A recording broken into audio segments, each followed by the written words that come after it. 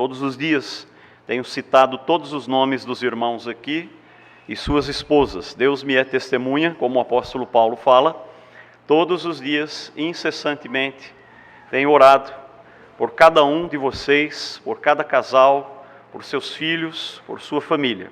Eu sei que o inimigo está à espreita e ele quer fazer bagunça no meio do rebanho do Senhor, no arraial do Senhor.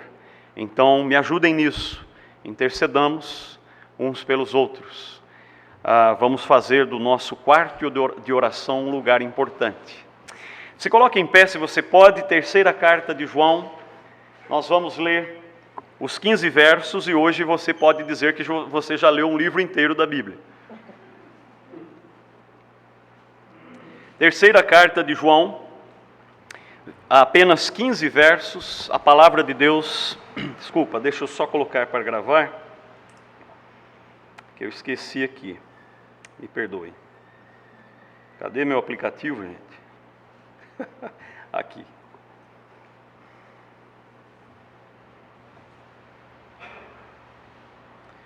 Agora sim, terceira carta de João, a palavra de Deus nos diz assim: o presbítero ao amado Gaio, a quem em verdade eu amo. Amado, desejo que te vá bem em todas as coisas e que tenha saúde, assim como bem vai a tua alma. Porque muito me alegrei quando os irmãos vieram e testificaram da tua verdade, como tu andas na verdade. Não tenho gozo maior do que este, o de ouvir que os meus filhos andam na verdade. Amado, procedes fielmente em tudo que fazes para com os irmãos e para com os estranhos, que em presença da igreja testificaram do teu amor, aos quais se conduzires como é digno para com Deus, bem farás.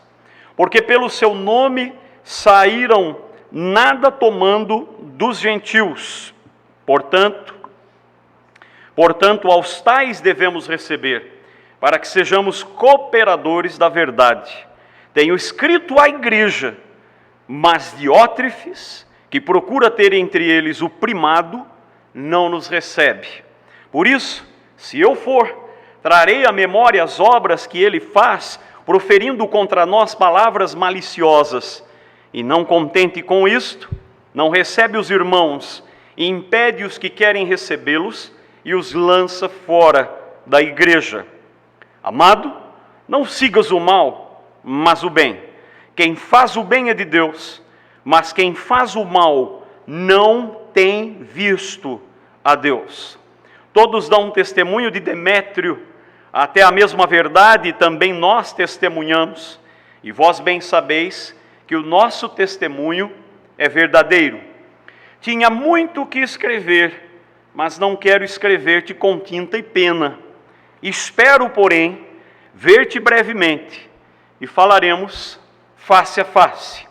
Paz seja contigo. Os amigos te saúdam. Saúda os amigos por nome. Querido Deus, como é bom nós termos esse lembrete, esta importante carta do apóstolo João, dirigida no primeiro século ao seu amado amigo e irmão em Cristo Gaio. Nós clamamos que fale conosco através dessa carta. Corrija os nossos maus intentos, que as nossas vidas possam ser ordenadas e alinhadas com as Escrituras, que se baseiem na verdade e no amor, para que o teu reino cresça, para que a tua igreja seja fortalecida e mais pessoas cheguem ao conhecimento de Cristo, o Salvador. Nós te louvamos por essa oportunidade. No nome de Cristo nós oramos. Amém. Pode se assentar. Eu esqueci de avisar, as crianças estão com a Érica, as crianças até 4 anos. Pode ser conduzido até o berçário. Eu ouvi que parece que o som lá melhorou, né? Parece que está dando para ouvir bem a mensagem. Isso é bom, se você precisa. Lá no berçário também está chegando o áudio lá. Nós temos dado alguns temas para as mensagens E o tema que nós vamos tratar aqui na terceira carta de João é: vivam, imitem e sejam imitados na verdade. E os irmãos vão perceber porque esse tema: vivam, imitem e sejam imitados na verdade. João escreveu a sua segunda carta, foi a carta que nós estudamos no domingo passado, para alertar sobre os perigos dos falsos mestres. Esses falsos mestres eram os gnósticos, uma seita filosófica, cuja influência estava na filosofia grega, uma mistura de misticismo, mas interessante, o gnosticismo é oriundo do cristianismo, ele nasce no berço do cristianismo. Ele não vem de fora, é um falso ensino, uma heresia que vem de dentro do próprio cristianismo.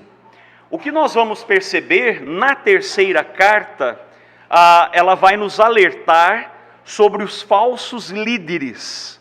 E aqui nós precisamos dar uma atenção redobrada, porque se existem falsos líderes, é porque a igreja não foi criteriosa em permitir que esses líderes chegassem lá.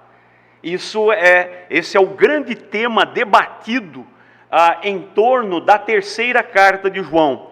Nós vamos ver aqui, por exemplo, um Demétrio, ou melhor dizendo, um Diótrefes, que a gente chama de, algumas igrejas, existem pessoas que sofrem de diotrefismo agudo, que é o desejo pela primazia, o desejo de estar em evidência, o desejo de que a sua palavra seja sempre a última. E nós, como povo de Deus e como líder, nós precisamos sempre corrigir. E a igreja estará ligada com isso. Então nós vamos sempre lidar com essa questão no meio do povo de Deus. Porque nós vamos ver que o próprio Diótrefes, ele era um presbítero. Ele tinha chegado ao presbitério numa igreja que não é mencionada. A terceira carta de João é enviada a uma igreja que não é mencionada.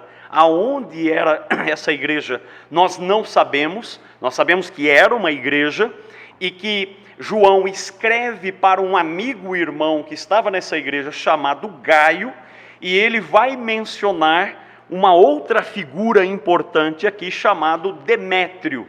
Então nós vamos ver essa carta abordando esses três personagens ilustres, né?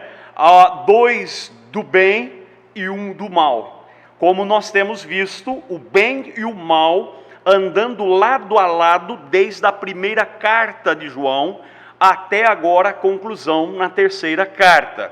Isso nos faz compreender as parábolas de Cristo, o trigo e o joio crescendo junto, né? Quando Jesus alerta sobre o fermento dos fariseus, ele está alertando sobre falsos ensinos que poderiam surgir no meio do povo de Deus. Na segunda carta, os falsos mestres apelavam para o amor, mas negavam a verdade. Na terceira carta, o falso líder apela para a verdade, mas nega o amor. Então nós vamos ver, até alguns irmãos, eles recomendam sempre, leiam a segunda carta e a terceira carta junto, e nós vamos compreender então o equilíbrio entre verdade e amor. Porque na segunda carta eles enfatizavam o amor em detrimento da verdade. Na terceira carta, Diótrefes está em defesa da verdade em detrimento do amor. A segunda carta coloca o aspecto negativo da hospitalidade, ou seja, examinem o espírito, não hospedem os que carregam a falsa doutrina, nem os saudeis. Lembra que nós lidamos com a palavra nem os saudeis na segunda carta? Ou seja, não o recebais. Trata-se da hospitalidade, e na segunda carta ele aborda a questão negativa. Na terceira carta ele vai abordar o aspecto positivo da hospitalidade, o qual Diótrefes estava negando. quando chegavam os pregadores itinerantes, enviado pelo próprio apóstolo João, ele rejeitava esses e colocava-os para fora da igreja. Inclusive as cartas que João enviava, ele rejeitava essas cartas porque ele queria, de fato, como o próprio João narra aqui, ele queria ser o primeiro, ele queria que os holofotes estivessem sobre ele. A data dessa carta, muitos entendem que ela foi escrita antes da primeira e da segunda carta, entre a década de 80 e 90 do primeiro século, entre o ano 80 e 90. O motivo, como nós já tratamos aqui, foi uma recomendação de que Demétrio, possivelmente um pregador itinerante, e nós vamos falar sobre missões aqui, nós vamos relembrar algumas coisas importantes. Ele era um pregador itinerante e ele vai abordar a rejeição das atitudes de Diótrefes, porque ele havia se envolvido numa disputa mesquinha dentro da igreja, se aproveitando aparentemente da liderança e do poder e da influência que ele tinha alcançado naquela congregação. O autor aqui, como nós já tratamos nas outras duas cartas, é João, filho de Zebedeu, que foi um dos discípulos mais próximos de Jesus, conhecido também como discípulo do amor ou discípulo amado. De novo, nós vamos ver João usando o termo o presbítero, que o descrevia não simplesmente pela idade. Há uma interpretação equivocada de que ancião era aquele de cabeça branca. Também, João, no caso, estava de cabeça branca. João estava já aqui, 90 anos de idade para mais, a cabeça estava branca sim, mas a palavra presbítero, ou ancião, ou bispos, ou pastor, diz respeito à função e não à idade. Aquele que cuida, aquele que orienta, aquele que ensina na justiça do Senhor, aquele que pastoreia o rebanho do Senhor. O destinatário aqui, nós vimos dessa carta muito claro, é um homem chamado Gaio. Interessante que o nome Gaio, ele era muito comum entre os romanos. O Novo Testamento faz referência a 3 homens com esse nome: Gaio de Corinto, 1 Coríntios 1,14, Gaio de Macedônia, Atos 19, 29, e Gaio de Derbe, Atos 20, verso 4. Nós não sabemos qual desses Gaios é, ou se é um outro irmão chamado Gaio aqui por João. A saudação é interessante, ele vai começar com a sua saudação no verso 2, dizendo: amado, desejo que te vá bem em todas as coisas e que tenhas saúde, assim como bem vai a tua alma. Interessante que ele vai desejar saúde aqui. Em poucas cartas nós vamos ver saudações do tipo. Geralmente nós vemos saudações mais ligadas às questões espirituais do que materiais e físicas.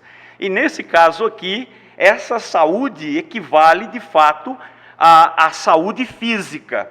Mas é interessante como João trata de conectar intimamente a saúde espiritual. Porque ele diz assim: desejo que te vá bem em todas as coisas, ou que prospere em todas as coisas, e que tenha saúde, assim como bem vai a tua alma. Eu acho lindo isso nas cartas. Ou seja, João ele vai tratar de colocar aqui um referencial. A saúde, a prosperidade, meus irmãos, material e física, na vida do cristão, deve ser sempre equivalente à saúde espiritual. Se a sua saúde física, se a sua vida financeira, se a sua prosperidade material está acima da sua espiritual, biblicamente equivale a nada, equivale a palha, equivale a feno. A Bíblia é muito clara no que diz respeito à prosperidade plena. O cristão buscando o aperfeiçoamento da sua alma, buscando o aperfeiçoamento dos santos. E é essa a ideia que João nos traz aqui. Eu gostei de uma comparação que um irmão faz, isso não é meu, mas eu acho interessante compartilhar. A saúde física, esse irmão diz, é o resultado de boa alimentação, exercício físico, limpeza, descanso apropriado e vida disciplinada. Da mesma forma, a vida espiritual deve ser assim. Devemos nos alimentar da palavra, João 17:17. Devemos nos exercitar em piedade, 1 Timóteo 4, do verso 6 ao 7. Nos guardar limpos e evitar a contaminação do mundo, 2 Coríntios 7:1 e Tiago 1:27. E o descanso, pastor? E descansarmos no Senhor, Mateus 11:28 a 30. Quer ter uma vida espiritual equilibrada? Siga essas regrinhas. Quer ter uma saúde física equilibrada? Basta seguir as regras que nós vemos aqui. Por isso, tratando-se da questão espiritual, da importância que João dá a essa questão espiritual, ele faz uma afirmação importante. Ele vai dizer: não tenho maior alegria do que esta, de ouvir que os meus filhos estão prosperando na vida profissional. É isso que está escrito aí? Ou de ouvir que os meus filhos estão um coco, saudáveis. É isso que está escrito aí? Não. João está dizendo: não tenho maior alegria do que esta, de ouvir que os meus filhos andam na verdade. A verdade na vida do cristão é inegociável, meus irmãos. Nós não podemos abrir a mão da verdade, custe o que custar. Muitos dos nossos irmãos custaram a vida deles no passado. Eles morreram pela verdade. A verdade, ela é inegociável. Nós não podemos trocar por amizade, por recompensas, por influências, por dinheiro, seja lá o que for. O povo de Deus precisa andar na verdade. O melhor bem que nós podemos desejar aos nossos queridos, eu desejo para os meus filhos, desejo isso para minha neta agora, e para os irmãos, e para a igreja, é que todos andem bem, estejam bem espiritualmente. Nada mais do que isso. Se você, pai, mãe, deseja mais prosperidade material, intelectual, seja o que for, para os filhos do que é espiritual, você precisa dobrar o seu joelho e reconsiderar a sua salvação, porque isso é prática de ímpios. Jesus, quando ele aborda com os discípulos, ele fala: os gentios procuram tais coisas. Muitos, o que nós temos visto nos dias de hoje, são pais ficando extremamente felizes com a formatura dos filhos, com a vida profissional dos filhos, com a prosperidade financeira dos filhos, mas são mudos no que diz respeito à vida espiritual do filho. Não choram e não oram quando veem os seus filhos andando longe dos caminhos do Senhor. E eu sou pai, eu sei sentir um pouquinho do cheirinho dos problemas espirituais na vida dos nossos filhos. Eu sei. E muitas vezes eu preciso clamar, porque os meus filhos já casaram. E às vezes a gente fala, a gente chega a incomodar, né? Então o que eu prefiro fazer? Deus, está nas tuas mãos, quebranta. Há um problema sério aí. Está havendo mais envolvimento com as coisas materiais do que com as coisas espirituais. Tem algo errado nessa alma, Senhor. Tu conheces. E essa era a preocupação de João, essa deve ser a nossa preocupação. Tendo visto isso que nós acabamos de falar, da introdução, nós percebemos então claramente que a carta, depois da saudação, ela vai dirigir a sua atenção a três personagens centrais: Gaio, Diótrefes e Demétrio. E eu gostaria de analisar com os irmãos esses três personagens. Vamos analisar cada um deles. Primeiro, Gaio. Veja comigo do verso 5 ao verso 8. A palavra de Deus nos diz assim: amado, procedes fielmente em tudo o que fazes para com os irmãos e para com os estranhos. que em presença da igreja testificaram do quê, de Gaio? Do teu amor, aos quais se conduzires como é digno para com Deus, bem farás, porque pelo seu nome saíram nada tomando dos gentios, portanto aos tais devemos receber, para que sejamos cooperadores da verdade. Quem era Gaio? Gaio era um homem dado à hospitalidade. Gaio era um homem hospitaleiro. Porque como nós falamos já no início, os pregadores itinerantes era muito comum aqui. Os irmãos mais antigos aqui vão compreender o que os irmãos que cresceram na igreja, que amavam missões, sabem do que eu estou falando. Que quando vinham missionários pregadores itinerantes, as famílias se mobilizavam para receber esses missionários. Aliás, esse foi o princípio que Jesus estabeleceu quando ele envia os 70. Ele diz, chegue naquela casa, diz, paz seja contigo, se ali houver algum filho de paz, eles receberão a paz, você entra e você fica com eles e come, você dorme e você continua o seu processo. Então esse era o salário do pregador itinerante, que tinha se disposto a sair da sua cidade, sair do conforto da sua família e fazer viagens perigosas até, naquele contexto.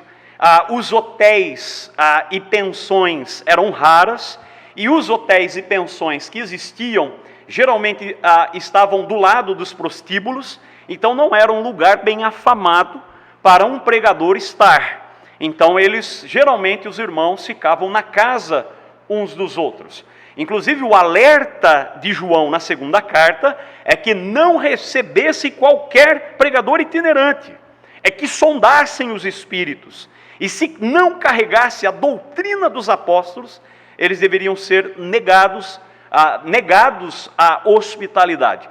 Já na terceira carta nós vemos esse Gaio, um homem que muitos consideram era um homem de posse, era um homem que tinha recursos, porque se não o tivesse, não teria condições de fazer isso para os pregadores itinerantes, lembrando que esses pregadores itinerantes, inclusive, eles eram enviados pelos apóstolos. João tinha enviado vários, como tinha enviado Timóteo, como enviou Tito, e envia aqui Demétrio, que recebe o testemunho do próprio João. Esses pregadores itinerantes, eles precisavam passar uns dias na casa de um desses irmãos para prosseguirem suas viagens como pregadores itinerantes. Passava 2 dias aqui, 3 dias aqui, 4 dias lá, 3 dias lá, e passavam anunciando, ou seja, os missionários daquele contexto. Lembre-se também que a hospitalidade, ela é muito clara nas Escrituras, no Novo Testamento, no Velho também, mas no Novo, no que diz respeito ao cristianismo, muito forte, né? Era ordenado a todos os cristãos, nós vemos isso em Romanos 12, 13, Hebreus 13, 2 e 1 de Pedro 4, 9. Também uma atenção dobrada para com as viúvas, 1 Timóteo capítulo 5, nós temos a questão dos órfãos e as viúvas nas igrejas precisavam ser cuidadas, e também os pregadores itinerantes, ou aos presbíteros, na primeira carta de Timóteo, capítulo 3, verso 2, e Tito, capítulo 1, verso 8. Vai abordar essa questão aqui da hospitalidade. Em cada um desses versos que nós citamos acima, o que é interessante é que a palavra grega que para hospedar ou estrangeiro, a palavra que João usa aqui, é ou o substantivo filosecnia, não sei se eu estou falando certo aqui, é uma palavra complicada, ou o adjetivo filoxenos, que quer dizer literalmente aquele que ama o estrangeiro. Ou seja, Gaio era um homem que amava o estrangeiro, ou seja, ele era um hospedeiro, um bom anfitrião, ele hospedava os pregadores itinerantes. Note o verso 5: amados, procedes fielmente em tudo o que fazes para com os irmãos, e para com quem? com os estranhos. Pregadores que ele nunca tinha visto passavam por lá sob as credenciais de João, dos outros apóstolos, e ele recebia alegremente esses irmãos. Então nós vimos isso na segunda carta. A hospitalidade era uma prática recomendada na igreja apostólica. Agora, o que é interessante é que existe um documento chamado Didaquê. Didaquê quer dizer ensino. Esse é considerado o documento mais antigo, documento cristão mais antigo fora das Escrituras, fora do canon bíblico, dos livros bíblicos, chamado Didaquê. Quem escreveu? Vários autores das igrejas naquele contexto escreveram esse formulário, essas regras eclesiológicas, ou seja, para o trabalho da igreja, e foram escritas nas décadas de 60 e 70 do primeiro século. Essa terceira carta de João foi escrita em 80 e 90. Só para nós termos uma ideia da antiguidade desse documento chamado Didaquê. Inclusive, esse Didaquê, ele é considerado um dos pais da igreja. Porque quando a gente fala o período dos pais da igreja, nós pensamos em personagens. Mas pais da igreja não são só personagens, são documentos importantes. E o Didaquê, dentre outras epístolas, por exemplo, a epístola de Barnabé, que nós não temos aqui na Bíblia, mas uma epístola extremamente importante, né? Por quê? Porque eram homens que foram influenciados pelos últimos apóstolos e escreveram esses documentos. Tá bom, pastor, o que o senhor quer dizer com isso? Na Didaquê, nesse escrito, você acha ainda esse escrito reservado nos museus por aí? Ele dizia que se o pregador itinerante ficasse mais de 3 dias hospedado, ele era um herege ou um charlatão.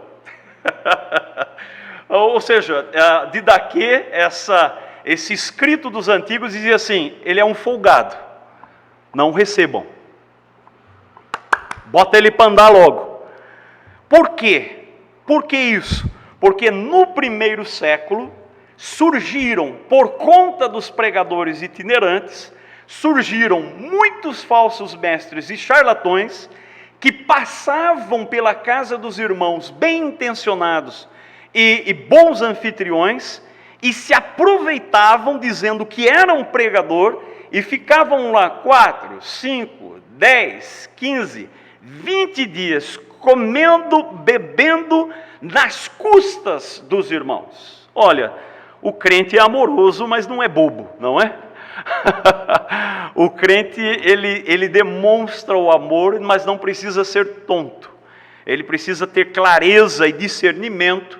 Por isso João vai dizer na segunda carta: examinem os espíritos, e aqui nós vemos esse documento importante chamado Didaquê. Então, lógico que existem casos excepcionais de irmãos que já passaram em casa mais de 3 dias e 4 dias, mas irmãos queridos, que nós temos as credenciais de outros irmãos e outras igrejas responsáveis, e nós podemos sim ser bons anfitriões. Bom, todo esse serviço de provisão, ele deveria ser feito do modo digno de Deus. O verso 5 fala, o verso 6 fala sobre isso, que em presença da igreja testificaram do teu amor, aos quais se conduzires como é digno para com Deus, bem farás. A expressão aqui, conduzires, em algumas versões é encaminha-os em sua jornada, significa ajuda-os em sua jornada. Isso significava, naquele contexto, o sentido era: eu hospedo esse missionário ou esse pregador itinerante, ele come comigo, ele dorme aqui, eu lhe dou abrigo, e a próxima cidade ou vilarejo para onde ele vai, eu ainda abro o meu bolso e contribuo e o encaminho na sua viagem.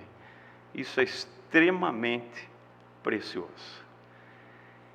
Então, o que nós vimos no cântico infantil aqui, eu não preciso atravessar os mares, mas eu atravesso os mares. Nós atravessamos os mares. A nossa oração e as nossas ofertas, elas chegam em Portugal, elas chegam em Moçambique, elas chegam em outros campos, ela atinge os ribeirinhos, mas eu nunca estive lá no Amazonas, mas nós podemos chegar através da nossa oração e através da nossa contribuição.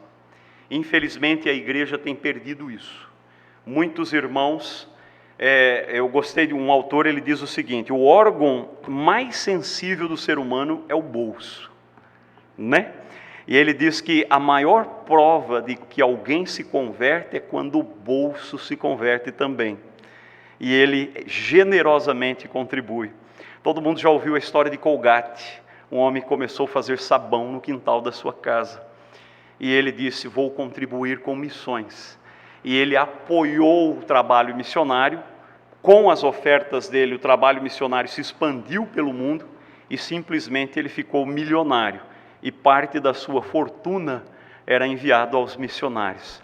Ah, se nós tivéssemos uma visão dessa, né? Como Conde de Zinzendorf, os irmãos podem pesquisar, quando os cristãos, logo depois da Reforma Protestante, no século XVI, eles foram perseguidos, eles fugiram, muitos foram perseguidos, eles foram parar na terra, na fazenda desse homem chamado Conde de Zinzendorf. Ele se comove com aquilo, ele abre a sua fazenda, ele é um homem rico, abastado, ele recebe esses missionários e dali, na Morávia, hoje República Tcheca, Praga, República Tcheca, antes era a Boêmia, eu não lembro, eram 2 países divididos no século XVI, e de lá, nós temos a maior obra missionária que o mundo já conheceu. Uma igreja pequena, com poucos irmãos morávios, eles evangelizaram o mundo, ao ponto de alguns irmãos da igreja, quando receberam a informação de que muitos escravos precisavam ouvir o evangelho, sabe qual foi a postura de muitos daqueles irmãos? Eles se venderam como escravos para entrar no campo dos escravos para evangelizar os escravos. Tem alguém disposto a isso aí? Percebe? Meus irmãos, nós temos tido um efeito maravilhoso nos últimos 30, 50 anos. Todo o movimento missionário evangélico reformado, ele se encontrava no norte, no velho continente, Europa e América do Norte, basicamente. Então todos os missionários saíam dessas regiões. Nos últimos 30, 50 anos, isso tem mudado para a região sul. Nós, Brasil, agora estamos enviando missionários para o mundo todo.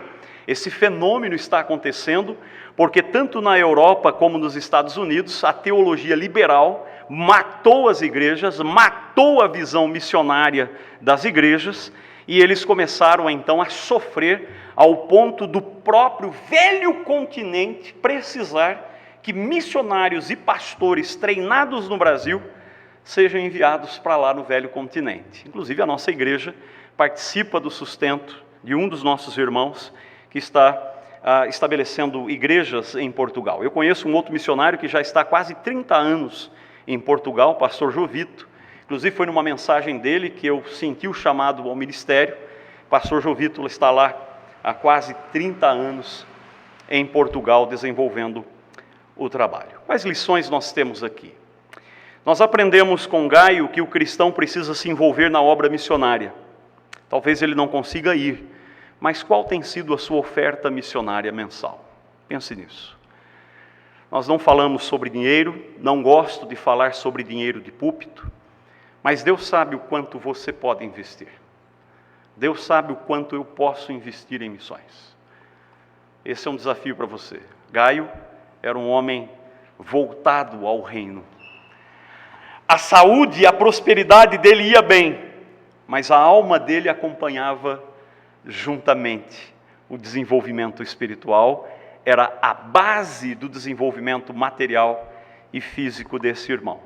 Nem todos podem ir, mas muitos podem acolher, muitos podem enviar, muitos podem patrocinar os que vão. O verso 7 fala que quando os crentes sustentam a obra de Deus, eles dão testemunho para os gentios. Veja o verso 7. Porque pelo seu nome saíram, nada tomando dos gentios. Esse é o grande problema das igrejas dos dias de hoje. Eles fazem um programa de televisão e começam a pedir dinheiro para os gentios. Então quem sustenta muitas obras são os gentios. O cristianismo não, ele tem que ser sustentado pelos cristãos, pelo povo de Deus. Nós não saímos pedindo dinheiro. O povo de Deus sustenta a obra do Senhor. Inclusive, esse lugar que nós estamos aqui não foi comprado com o nosso dinheiro. Os irmãos sabem disso, né? Isso aqui veio de irmãos que investiram em missões na América do Norte, na década de 70, e esses irmãos vieram, estabeleceram uma igreja. Nós temos esse local, fomos evangelizados por esses irmãos, ouvimos o evangelho através deles, mas só que quando chega em nós né? A gente fica meio acomodadão, a gente acha que outros lugares não precisam. Nós fomos alcançados mesmo, então outros lugares não precisam. Os gaviões lá em Ji-Paraná, eles não precisam tanto assim. Os ribeirinhos lá no Amazonas não precisam, os moçambicanos, os portugueses, os chineses, os japoneses, eles não precisam. Nós precisamos, meus irmãos, investir na obra do Senhor. Verso 8, quando apoiamos o trabalho do reino, nós nos tornamos cooperadores da verdade. E é isso que nós vemos, portanto, aos tais devemos receber, para que sejamos cooperadores da verdade. Gaio pregava a verdade sem abrir a boca. Ele recebia os pregadores itinerantes, sustentava e enviava, e a boca de Gaio é como se estivesse abrindo para anunciar a verdade. Sua vida, sua família e o seu dinheiro estavam a serviço do reino. Tudo o que sou. Eu gosto de um hino no cantor cristão, chama-se Consagração. Minha prata, meu ouro, minha voz, minha inteligência, tudo o que eu faço deve ser consagrado ao nosso Deus. Esse era Gaio, um missionário que não saía de casa, mas era um missionário. Um homem que proclamava a verdade sem abrir sua boca muitas vezes, porque ele recebia os pregadores itinerantes e os enviava para anunciar a verdade. Mas daí surge um outro cidadão aqui, chamado Diótrefes. E nós vamos ver sobre Diótrefes no verso 9 ao verso 10. Deixa eu ver o meu tempo aqui. Verso 9 e verso 10. Diz assim: tenho escrito à igreja, João está dizendo, mas Diótrefes, que procura ter entre eles o primado, não nos recebe. Por isso, se eu for, trarei à memória as obras que ele faz, proferindo contra nós as palavras maliciosas, e não contente com isso, não recebe os irmãos, pregadores itinerantes, e impede os que querem recebê-los. Ou seja, Gaio estava sendo repreendido pelo seu pastor Demétrio, ou melhor dizendo, Diótrefes, para que não recebesse os pregadores itinerantes. Pede os que querem recebê-los e os lança fora da igreja. Quem era Diótrefes? Diótrefes significa nutrido por Júpiter, talvez de origem romana, uma mistura de grego-romano, talvez, nós não sabemos. Tudo indica para nós, na terceira carta, que ele era o líder daquela igreja local e pastor de Gaio. Ele foi, meus irmãos, um dos primeiros bispos monárquicos da história. O que nós pensamos sobre um bispo monárquico? É que aquele que diz que precisa haver somente um líder na igreja. Por que isso é diferente?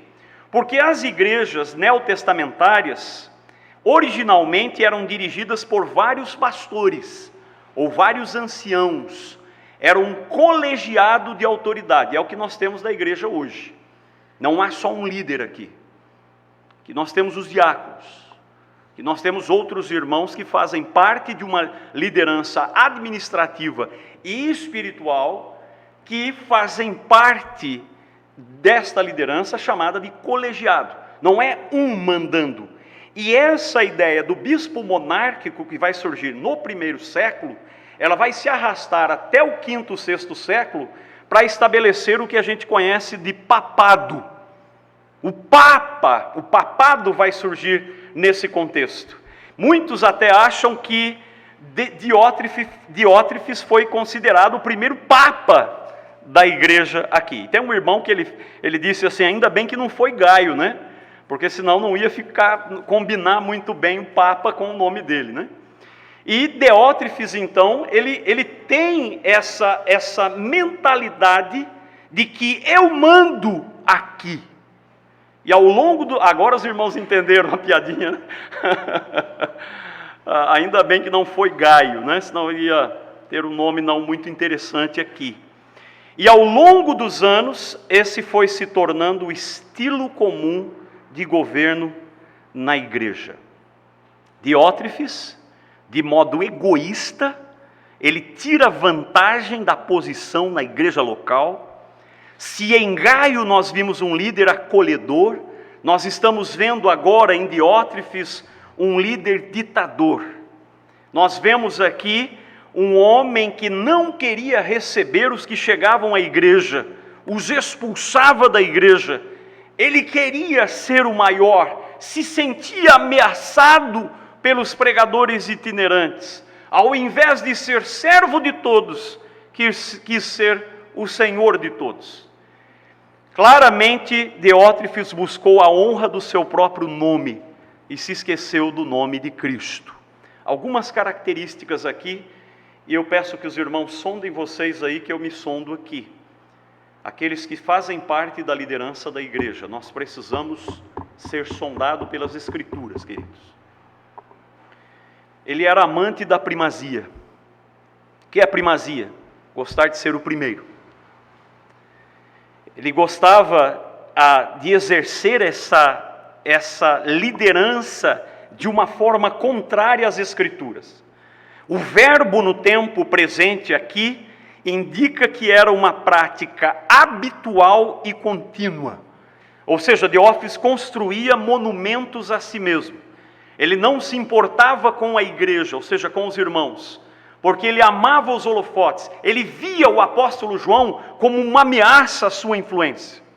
Portanto, o problema de Diótrefes não era a heresia, mas o egoísmo.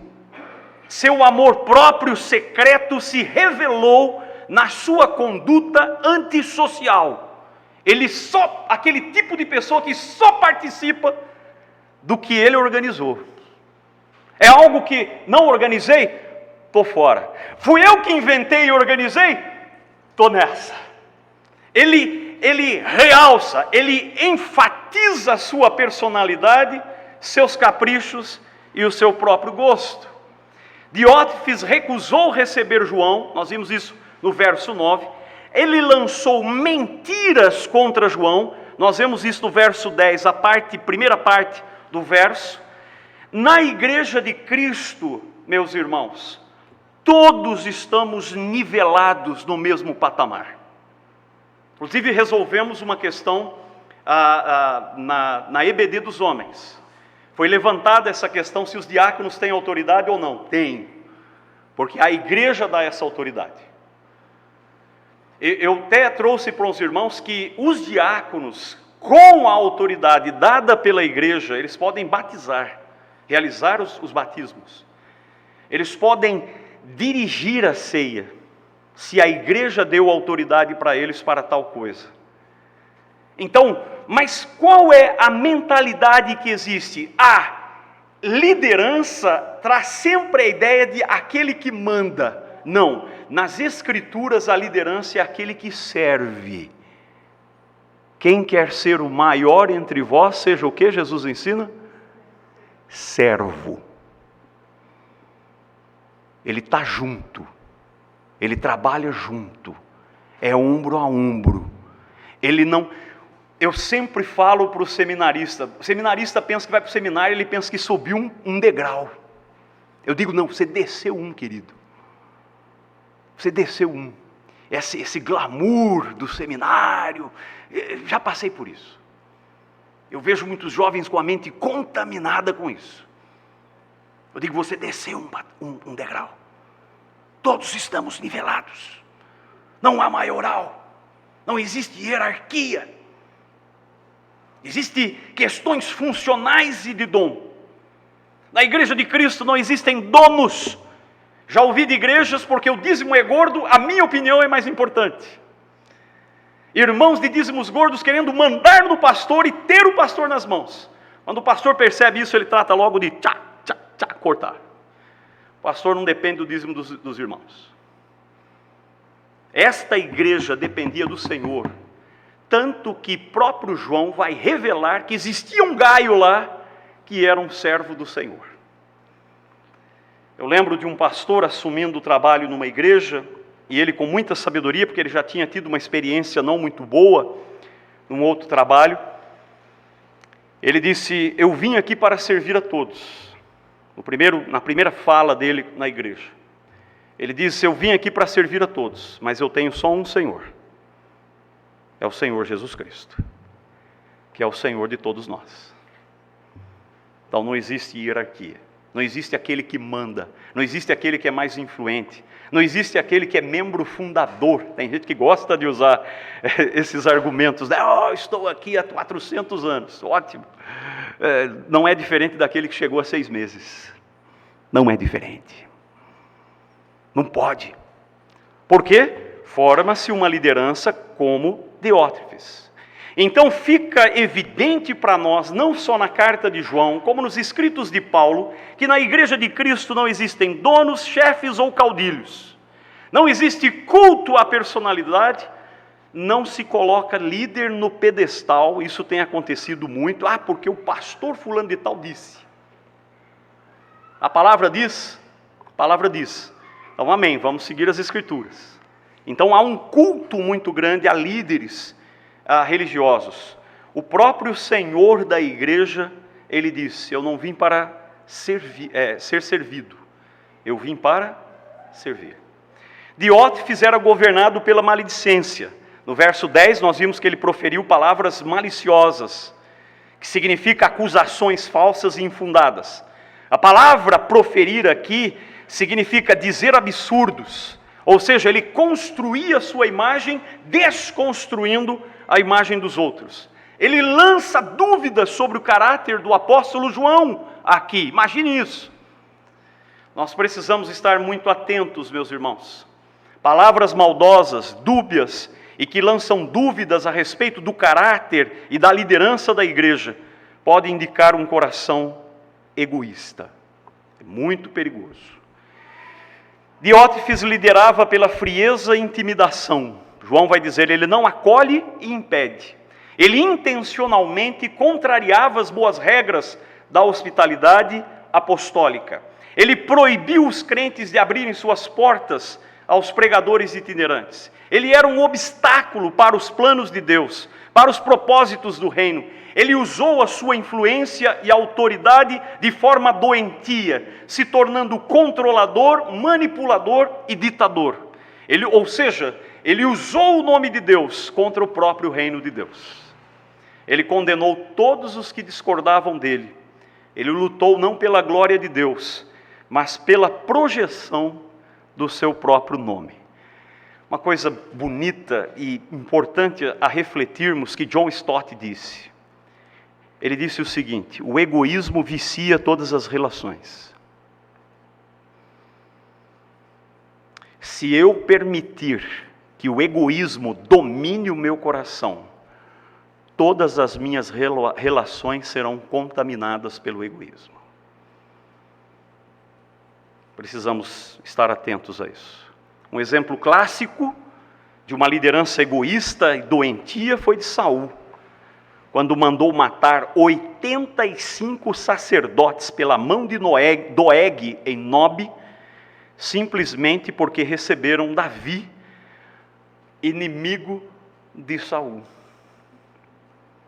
E Davi não era inimigo, Davi era amigo, Davi era fiel. Davi não matou Saul quando teve oportunidade para fazê-lo. A questão, meus irmãos, é que se ele era líder, é porque a igreja o colocou lá. E aqui entra o ponto. Nós precisamos ser mais criteriosos.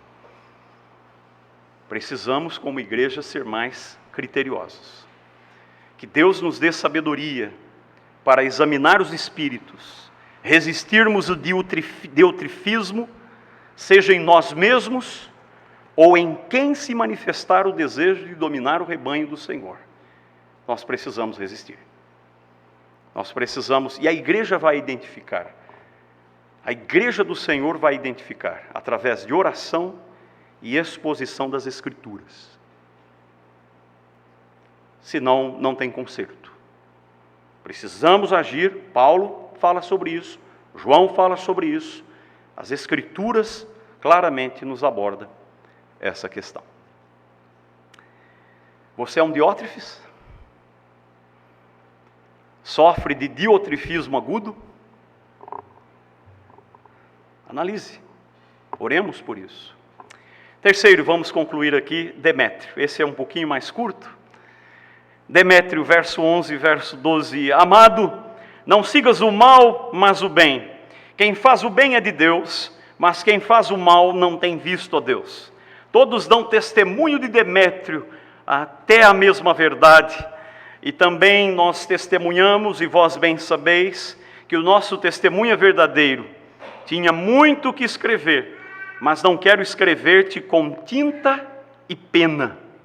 Espero, porém, ver-te brevemente, e falaremos face a face. Paz seja contigo. Os amigos te saúdam. Saúda os amigos por nome. João vai concluir aqui falando de Demétrio. Ele vai dizer que Demétrio é digno de ser imitado. Ele termina de abordar sobre Diótrefes, e ele vai dizer, não imites o mal, senão o que é bom. A responsabilidade cristã, meus irmãos, não se baseia só no que fazemos, mas pelo exemplo que deixamos. Então, quando tivermos uma atitude dentro de casa, nós precisamos estar atentos que tem filhos nos olhando, nos observando. Quando falarmos coisas dentro de casa, nós precisamos ver que os olhos dos meninos, das meninas estão arregalados sobre nós. Quando nos postarmos dentro da igreja, com as nossas falas, com os nossos pensamentos, nossas ideias, nós precisamos prestar atenção que temos novos convertidos na igreja. Nós temos meninos e meninas na igreja que estão com os olhos arregalados nos mais velhos da igreja. Portanto, a responsabilidade cristã não se relaciona somente ao que fazemos, mas o exemplo que estamos deixando. Qual é a ideia que eu estou deixando aqui? Qual é o meu objetivo ao falar isso? E tem pessoas pescando. Meus irmãos, a prática do bem, o cuidado com o exemplo, é uma prova distintiva do genuíno cristão.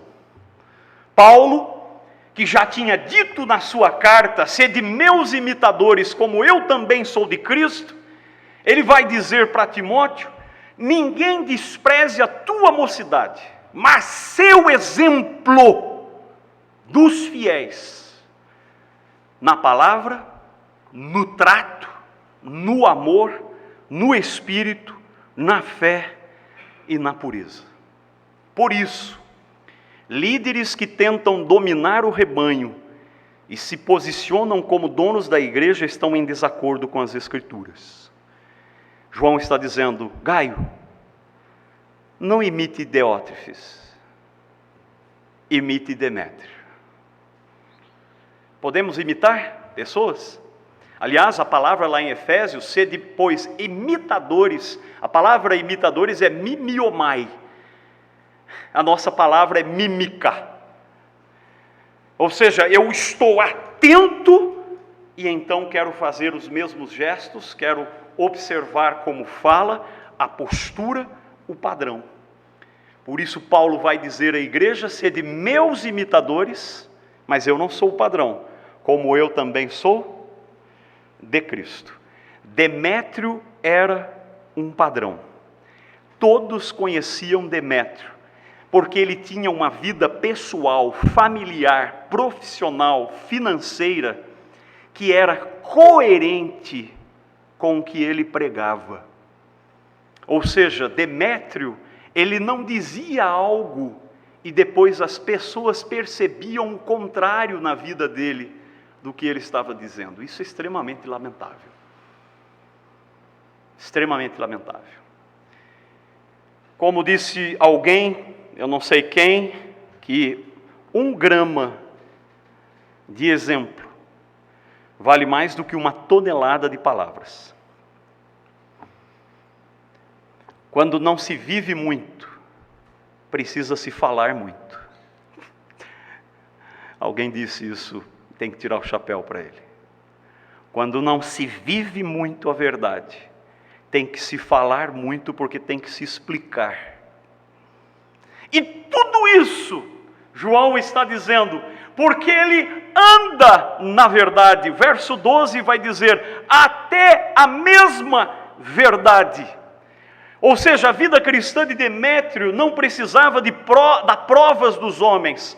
A vida dele provava-se por si mesma. Ele não precisava, como nós mencionamos, ficar se explicando, se justificando. A sua vida pregava e proclamava a verdade. A verdade que ele professava estava tão encarnada nele e tão rigorosamente ajustada às suas atitudes, que a sua vida se tornara o selo das palavras que ele professava. Quer falar bonito sobre a verdade? Começa a viver antes, porque senão vai ficar feio. Vai ficar feio. Então, imitem, sejam imitados na verdade. Primeiro andem, imitem e sejam imitados na verdade. A conclusão da carta, deixe-me falar uma coisa aqui importante. Como você está sendo como exemplo para os seus filhos dentro de casa, pais? Seus filhos têm visto vocês orando? Quando foi a última vez que seu filho viu você orando? Lendo a Bíblia? Exortando biblicamente os filhos? Maridos, quando foi a última vez que a sua esposa abriu a porta do seu quarto e te viu de joelhos?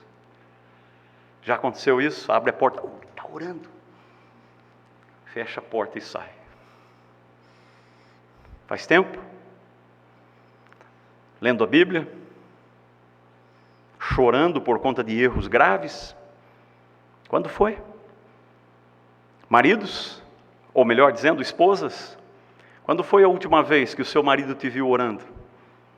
Te viu segurando um pouco mais a língua dentro da boca? Te viu pedindo perdão? Filhos, moços e moças, seus pais têm visto vocês orando? Meditando nas Escrituras? Sabe o que é? Nós gostamos de falar da verdade, mas viver a verdade é outro patamar. É outro patamar. Demétrio falava muito sobre a verdade, mas não era um exemplo a ser seguido. Demétrio nem tanto. Ou Diótrefes, Demétrio nem tanto. Mas era alguém que João está dizendo, imitem ele, porque ele anda na verdade. É extraordinário. Como anda a sua vida? Como anda a minha vida? E a conclusão da carta, João vai dizer, nós vamos falar face a face. Tinha muito que escrever, mas não quero escrever-te com tinta e pena. Espero, porém, ver-te brevemente, e falaremos face a face. Paz seja contigo. Os amigos te saúdam. Saúda os amigos por nome. Meus irmãos, um irmão disse com muita sabedoria, certas coisas são melhor ditas pessoalmente do que por meio da escrita. Às vezes você, mas você grava muito áudio. Eu amo gravar áudio. A pessoa tem que ouvir minha voz. Esse negócio de WhatsApp, digitando, primeiro que eu digito tudo errado, o dedo gordo não consegue, né? Fica horrível, tudo escrito errado. Então eu prefiro logo gravar um áudio, mando, fica mais fácil. Tem coisas que nós podemos escrever, tem recadinhos que nós podemos deixar. Mas existem outras coisas que precisamos falar, meus irmãos, e alguns recadinhos que precisamos dar, que nós precisamos colocar o olho no olho. Na família, na igreja, o contato pessoal jamais pode ser substituído por outros meios de comunicação. Nós precisamos. E João está dizendo, eu tenho muito que escrever, mas sabe de uma coisa? Deixa para lá. Deixa me mandar só esse lembrete. Em breve estarei aí. E aí nós vamos nos ver face a face. Nós vamos tomar um café. Nós vamos comer um pão de queijo, um biscoito. Nós vamos conversar. Nós vamos colocar a conversa em dia. Olho no olho. Ou seja, o velho João, o ancião de dias, ele não está apenas, ancião de dias aqui não me referindo ao Cristo, né? Mas um homem que estava chegando perto da sua morte.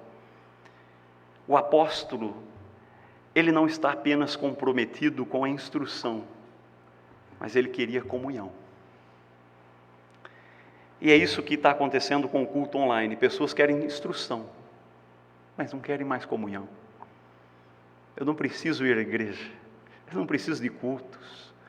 Eu cultuo de casa, pastor. É lógico. Aliás, o lugar de adoração, ela foi extinta. Cristo mesmo vai dizer, aqueles que, os verdadeiros adoradores, me adorarão em espírito e em verdade. Mas isso não quebra o conceito de igreja, de comunidade, de comunhão. Família principalmente. Meus irmãos, nunca deixemos a tecnologia roubar de nós o face a face, olho no olho. É bem melhor. É bem melhor. Que Deus nos ajude a ser como Gaio. Que Deus nos ajude a imitar Demétrio e refutar Diótrefes. Que Deus nos ajude. Querido Deus, obrigado por Tua palavra, bendita e preciosa palavra. Obrigado por Teu amor para conosco. Obrigado porque concluímos mais uma carta da Tua palavra. Fizemos as 3 cartas de João por Tua graça, misericórdia, porque o Senhor nos permitiu meditar nessas cartas maravilhosas. Te louvamos. Pedimos sabedoria do alto, que o amor e a verdade dominem, possam reger o nosso coração. Nós agradecemos o nome do nosso Salvador Jesus Cristo. Amém. Após a sua oração particular, o nosso culto